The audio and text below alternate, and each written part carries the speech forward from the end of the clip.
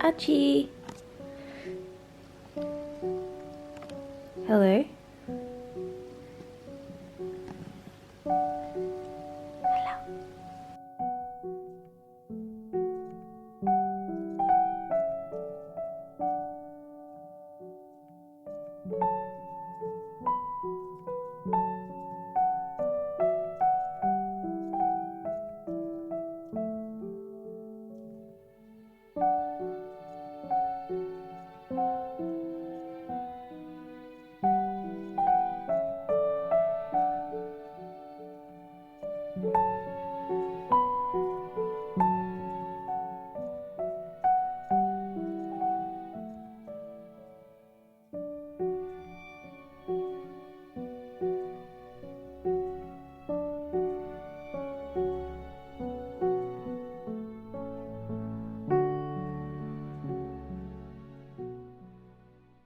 Hey guys, it's Nicole. Today I thought I would start another reading vlog.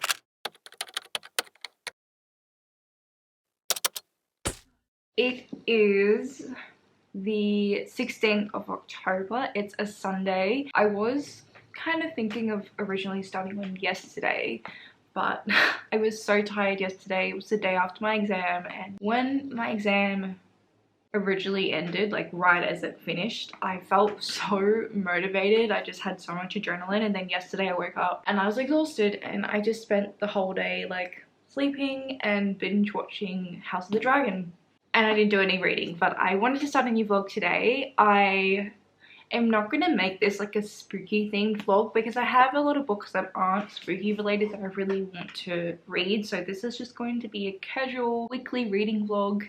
I really want to make some progress on Full Assassin, and I really want to film or document as much as I can of my experience reading this. We'll keep it spoiler free, of course. I just want to give you my general thoughts and probably emotions. There's always a lot of emotions when you're reading a Robin Hobb, so definitely want to try and continue this. I've kind of been saving it. I haven't read any more in weeks. The time has come to read this and be emotionally destroyed by it. I haven't read much fantasy at all this year, and most of the fantasy books I have read are YA, and I have a fun time with YA always, and I find it quite easy to get through. But the books that stay with me are always these ones. Oh my god, my camera's dying. Quickly, I'm just going to show you. I'm also going to read Spy Family and take you along with me. I have other plans. I want to continue Bleach too. We're upside down. Didn't even realize. But yeah, volume 7. We're going to read this today. I'm going to finish it today. And then maybe some Bleach. I just sped through and rushed what I was saying because the camera started flashing and telling me battery's dying. And it's still just going. It hasn't died yet. How long does it flash before it actually clocks it? I'm just at the moment finishing editing my vlog, my series completion project vlog, which I'm so excited to finally have out in the world. And I need to film my unhaul. I've had my stack of books, they're still there, sitting in the corner of my living room, just waiting to be filmed and then removed. So I've got to do that this week. I have a couple of days off work, so I definitely plan to do a lot of content related things, and number one priority is getting rid of those books and filming my unhaul videos.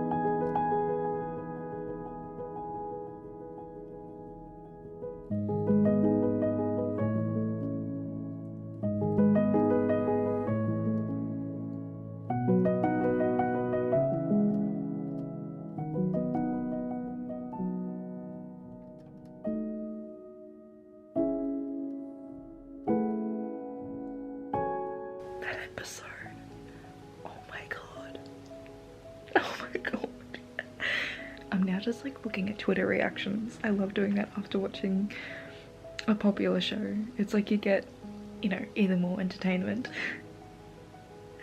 And people posted this. I'll put like a screenshot of it so you can but it's so true. But oh my god, that episode was so good. I can't wait for next week's. I haven't done as much physical reading as I would like to say I have. I've read just the first chapter of this and I'm going to finish this today. I have to, well, I don't have to, but I had a look at my library website and apparently there are 13 people waiting for this, so I don't want to be a hog for too much longer. And I think I'll have time as well. Well, I do have time today. I'm just going to make sure that I use it. So nothing to say because it's only one chapter into this, and I did only read like a couple pages of Fool's Assassin, but I wanted to pop on here because I actually do have a update to give you on my audiobook that I picked up. It's a Peter Swanson book. This is the second Peter Swanson book I've listened to. Oh my god, not my battery dying when I've just sat down to film. This is so rude. I need to go change this over, or do I keep talking? Hello, I'm back. Before I was rudely interrupted, I think I was talking about my audiobook that I got out from the library, which is my second Peter Swanson book. So the one I've just started listening to is Every Vow You Break, and I read, well actually I also listened to the audiobook of last year, was 8 Perfect Murders. I really like his concepts. I think he has just very interesting concepts and also very engaging writing that makes the story a page turner, or one that you don't want to stop listening to if you're listening to the audiobooks of his books like I am. So this story, we are following a newlywed couple who are now on their honeymoon. We're introduced to Abigail, the wife, first, and she has an affair on her bachelorette. Why can't I say that word? Bachelorette weekend. I don't know if I got it right in the end, but you know what I mean. Now, the man that she had an affair with that weekend is now stalking her. The opening chapter is a stalking scene of him following her home, and it's really creepy because, well, obviously stalkers are creepy, but it's extra creepy because they didn't give each other's real names to one another. They gave each other false names. So she named him Scotty and Scotty named her Madison, but her real name is Abigail. So it's like, how did he find out that Madison is actually Abigail and where she lives? And now she's on her honeymoon, and guess who's followed her to her honeymoon? I will say that yes, Scotty creeps me out, but so far, number one creeper here is her husband. He is extremely possessive. She's very obviously just marrying him for his money and security. They met and they got engaged very early on. He paid her student loans off very early on into their relationship. Like, they weren't even really into a relationship, to be honest, when he paid the student loans. So she is very obviously marrying her husband, her now husband, for money, but she's in denial about it. Like, there's been a few side characters, friends of hers, that question it, and she's acts all innocent and like a victim. I'm like, just admit it to yourself. Like, you can lie to everyone else, but just admit it to yourself. Like, the way she talks about her now husband Bruce, in comparison to how she talks about her ex Ben that was mentioned, and also Scotty, the guy she had an affair with, is very different. Like, I don't think she's sexually attracted to Bruce. Like, the way she describes having sex with him literally sounds like it's sure. But with these other men, it's a different story. But like, even her ex from a while ago, Ben, he's like kind of creepy as well. Like, so it's just this girl and all these creepy men. That's essentially the story. I will say, I'm now 40% of the way through this audiobook, and I don't know like what this mystery thriller is, other than there is a stalker present. There's nothing else, So I'm intrigued to see what happens because it's very clearly building up to something. But in my head, okay, I am mostly creeped out by Bruce, the husband. I just find him so much more ick, I guess. Ick, scary, creepy, all the bad things, in comparison to Scotty the stalker. In my head, okay, I'm like, Scotty somehow found out who she is, but in an innocent way. And he's trying to warn her about her husband. Like, that's my theory at the moment, that husband Bruce is not the golden boy he seems to be. Because as well, important thing I should mention is the honeymoon. He arranged the entire thing and he told her that he wanted it to be a surprise. So prior to the honeymoon, she didn't know where they were going, and then where I'm at, they're at the honeymoon. There's no cell phone connection, there's no internet as well, and like phones have just been taken away in general. And I'm like, this is a Hunger Games scenario waiting to happen. Like, that is where my head is going. I don't think this book's going to shape up to be a book that I'm going to rate highly. Like, I would not be surprised if I end up rating it 3 stars, but I am really enjoying it. It's exactly the type of thriller mystery that I'm in the mood to read. I really enjoy this author, Peter Swanson's storytelling. Like, I'm quite keen to like read everything he puts out, even if it's not going to be the greatest thing I ever read. But also, I think what's really got me into this story as much as I am is the main character is very flawed, and I just have a thing at the moment for reading about flawed characters. I find them so fascinating, like just that. Anyway, I'm gonna hopefully try and finish this today or tomorrow. I have so much I need to get done, so that's the plan. And I wanted to pop on here to give you my thoughts while I'm only like 40% of the way through, so then I can update you what I think about it towards the end of the book or when I finish the book. I don't like giving updates when it's just like, I finished this book, here are my entire thoughts. I think it's more interesting to update you on my thoughts as I progress through the book as much as possible. Like, some books you don't have as much to say, so at least one update, you know? Anyway, I don't know why I'm rambling. That's it for now. Okay, I take back part of what I just said. Scotty's creepiness just went up a lot. I think I find him more scarier than creepier than Bruce now. They both creep me out. I'm like, oh, get away. Like, why are you on this isolated island with all these creepy men? The red flags, they're all flying.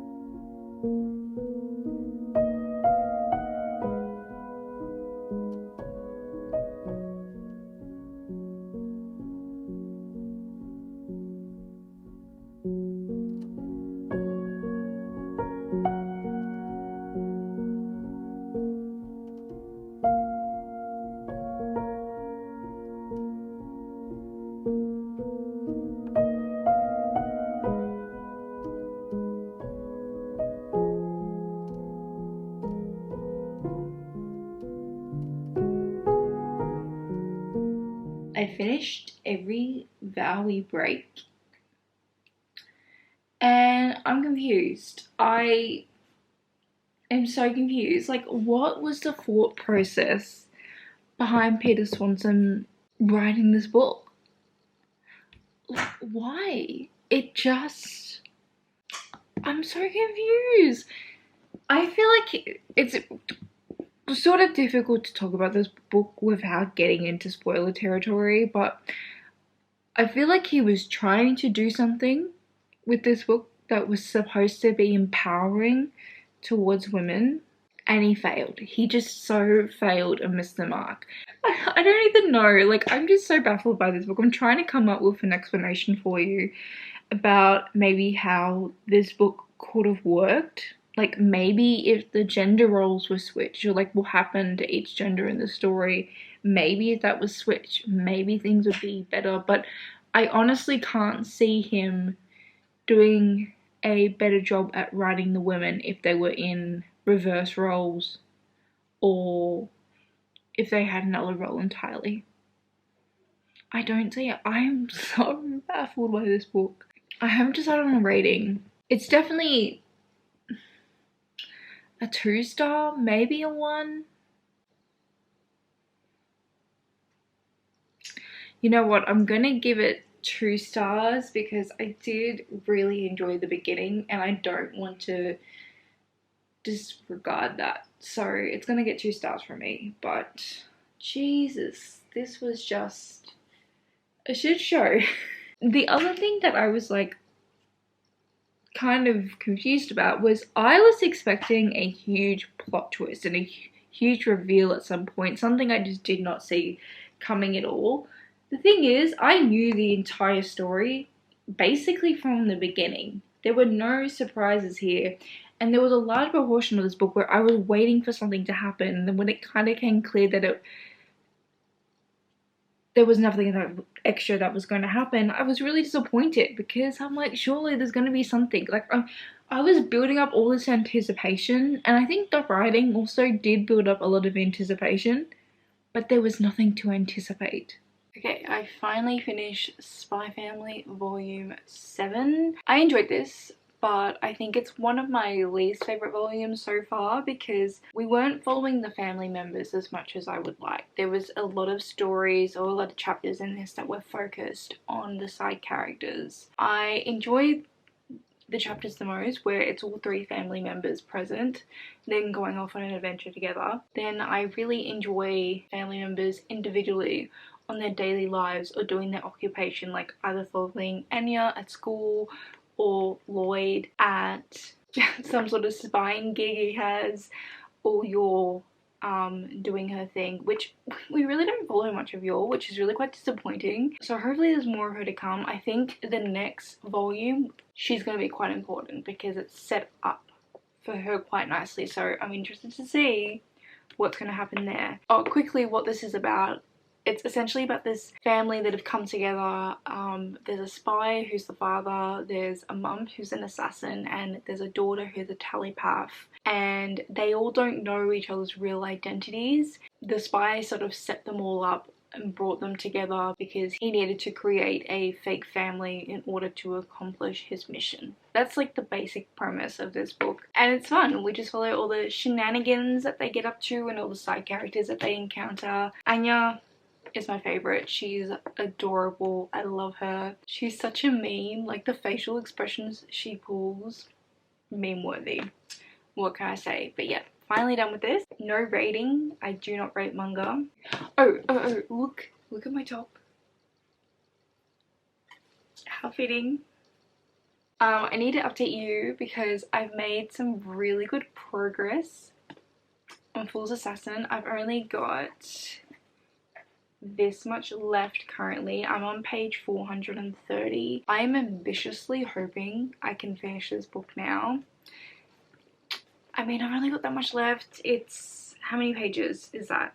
Like exactly 200 pages left, and I'm hoping I can get this done now. It is Sunday night and I actually have to get this video up tonight as well, but I think I might just upload it later than usual. I have edited up until this clip. I was hoping and originally planning to have my unhaul video uploaded today, but I tried to film that 2 days ago and it just went not as planned. It was awful. I started filming and I hadn't organized the books at all. I just left them in the pile from when I moved them from the bedroom to the living room, and I was just like pulling them out, but they weren't in any order. So I was like pulling out series of books and being like, I'm getting rid of this book, but then I wouldn't have the whole series I was getting rid of, and I don't know, it was just a mess. I got quite overwhelmed, and I hate the footage. I didn't even get all the way through talking about every single book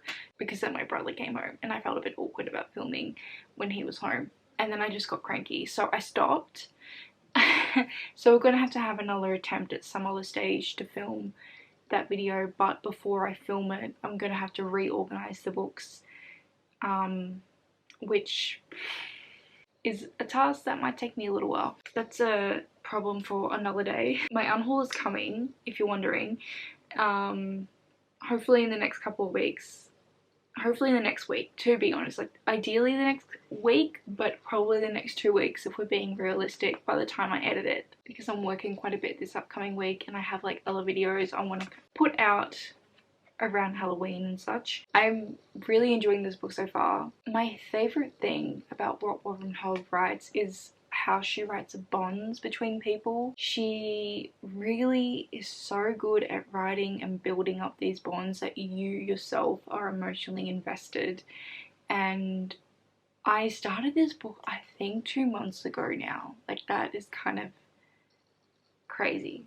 Wow. Okay, yeah, I think it's about 2 months ago I started this book, and I stopped reading it after a character died, because the way Robin Hobb writes grief, like, you experience that grief yourself. Plot wise, there hasn't been really anything that's happened, or not really anything that's happened so far in this book. It's not very heavy on the plot.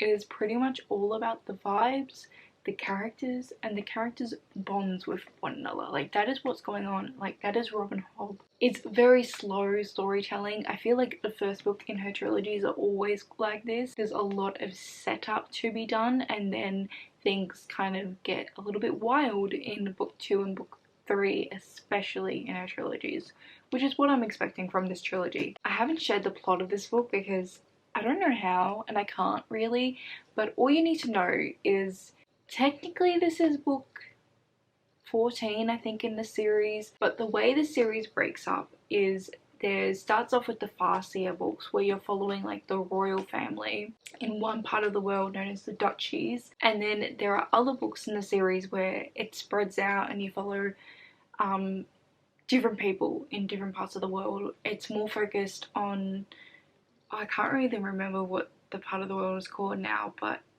it more follows the part of the world where there are pirates and dragons, like, across the seas from the duchies, essentially. This is like a return to the duchies area and those characters. It is also the final trilogy, so I'm guessing at some stage we're going to connect to her other books, because that does seem to be a little bit of a trend, but I don't think it will be in this book necessarily. Maybe in book 2 or book 3 that will happen. This one has so far been pretty much contained in one location, this story. And the other thing I will add is whenever we're following the Farseers / in the duchy location, we only have one perspective, whereas in here, this first book, we are introduced to another perspective, which I'm really liking. I'm really liking that character, so it's good. Okay, I think that's all I have to say on that so far. I'm gonna really just sit in bed and try and finish this, and also try and get this video uploaded, I guess, in the next few hours. So, slight change of plans. I'm not going to finish this tonight. I did manage to get up to page 500, so I only have this amount left, which works out to be like just under 130 pages. As I was reading just then, I realised I was trying to rush through this book to get it done. I don't want to have to rush my time through reading this because I'm really enjoying it. And also, I do need to like edit the last part of this video and then upload it, and then once it's processed, like, that's all going to take a couple of hours, and I do really want to get this video up tonight. So we're just going to end it here. And I will finish this probably tomorrow. Like, I'm keen to finish this in the morning, and I'll give you my final thoughts in my October wrap up. So if you've made it this far, could you please leave me the bee emoji? Thank you so much for watching. I hope you enjoyed this video. I hope you having a lovely weekend and doing lots of reading, and hopefully I will see you next time. Bye.